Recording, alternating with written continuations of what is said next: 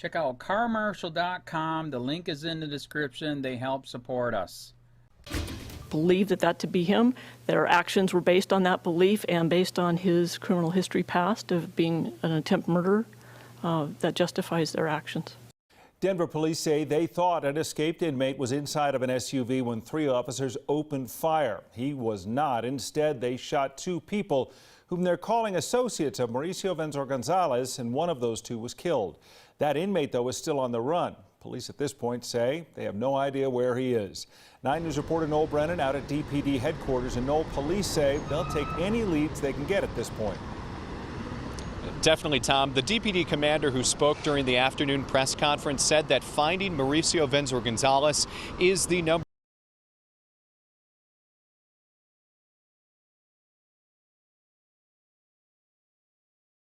Mauricio Ventura-Gonzalez is the inmate who escaped from sheriff's deputies to pull over the SUV, but it took off, so they chased it to 41st and Albion. Officers there gave commands for the 2 men inside the SUV to come out. They didn't, and police say they could see the men moving around in the SUV as if they were looking for something.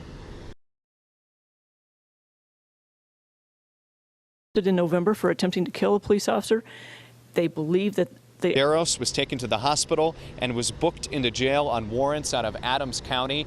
Denver police say they also found a loaded handgun inside of that stolen SUV. Tom, as for the 3 officers who opened fire in the shooting on Monday night, they have been taken. So now they have the 2 investigations, one into that officer-involved shooting.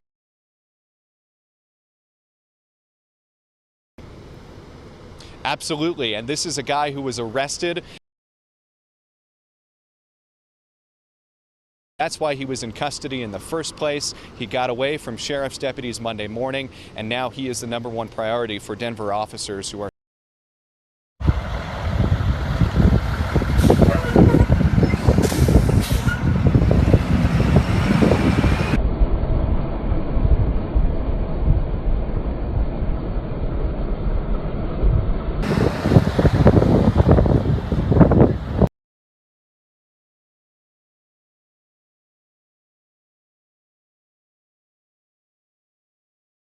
Cops mistook man for escaped convict, so they murdered him and called it reasonable.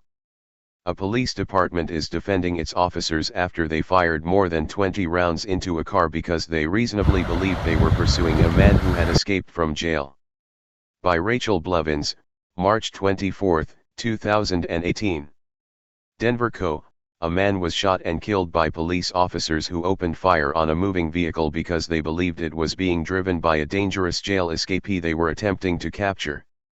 Stephen Nguyen, 27, was killed and Rafael Landeros, 23, was wounded after 3 Denver police officers began chasing the car they were driving and eventually fired several rounds into the vehicle after they claimed the men were not following orders and appeared to be searching for something in the car when they were ordered to show their hands.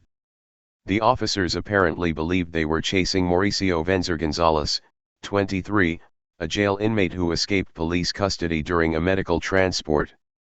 Police Commander Barb Archer told the Denver Post that police were additionally vigilant when encountering the man they believed was Ventura-Gonzalez because he had shot at police before.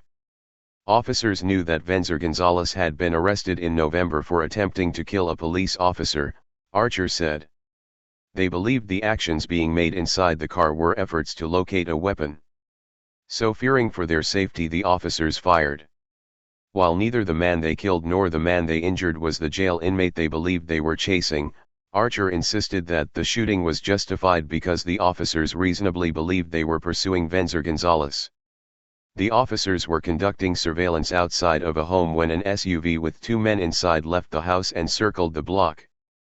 The officers claimed they believed the passenger was Ventura-Gonzalez, so they started following the car, and when they pulled the car over, they ordered the occupants to show their hands. The officers were quick to open fire on the vehicle, and when the bullets hit Nguyen, he lost control of the car and it lurched forward into an embankment. 9 News reported that after the car had crashed, the officers said they still saw movement in the vehicle that looked like the people inside were looking for something, so they fired again. The officers then approached the vehicle and removed Nguyen and Landeros from it.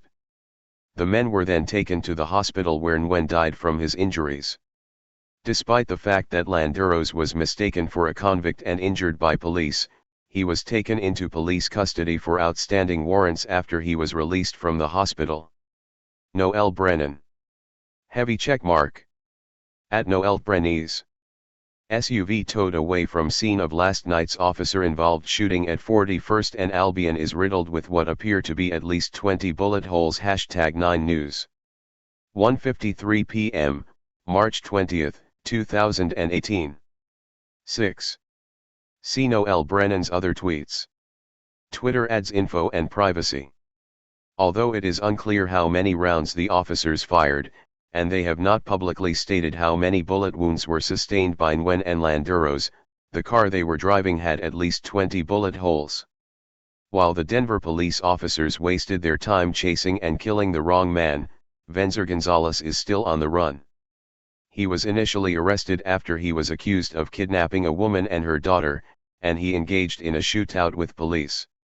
He's a very dangerous individual, Archer said. He remains our top priority. The community isn't safe with him out there.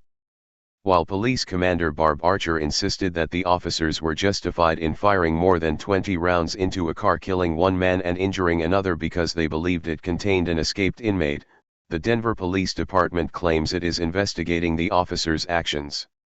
The department has refused to release the body camera footage, and the officers responsible for the shooting have not been publicly identified. Archer confirmed that the officers have been placed on desk duty where they will continue to receive their taxpayer-funded salaries until the investigation is complete. County, this is Charlotte County Cop Watch, and I wanted to explain what fair use is. You can use pieces of news articles if you're doing it for news reporting, you have commentary, and you're doing it for education purposes. So that's what fair use is, as you can see right here.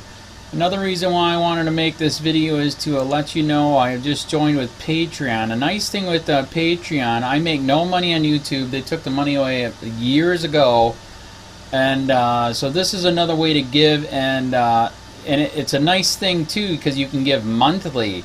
You can give $1, $5, $10, whatever. I do 4 to 5 hours a day on trying to wake the sheeple up on how corrupt it is and different ways that you can fight the corruption.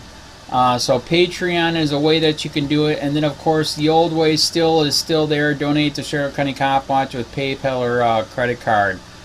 So keep that in mind. 4 to 5 hours a day. I make no money, but the corruption happened to me and I'm sick of it, so I'm trying to wake people up.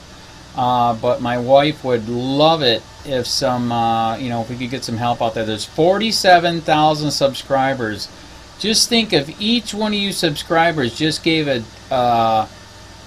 let's say, actually, yes, $1 a month. 47,000 subscribers gave $1 a month. That would be awesome. That's not going to happen. But anyways, that would be great if it did happen. But, do the math in your head. Just think about it. Like I said, 4 to 5 hours a day. I get no money from YouTube. YouTube has gone nuts. You can't do anything anymore. They're taking the money away everywhere. So these are a couple different ways that you can still help out with all this time that I put in. And as you know, I'm in a special situation where, at least I can do it. 4 to 5 hours a day. We have a cleaning company during the day. That's what allows me to do this, and we're debt-free. So this is my hobby. I don't go fishing and all that other crap. I try to save the world.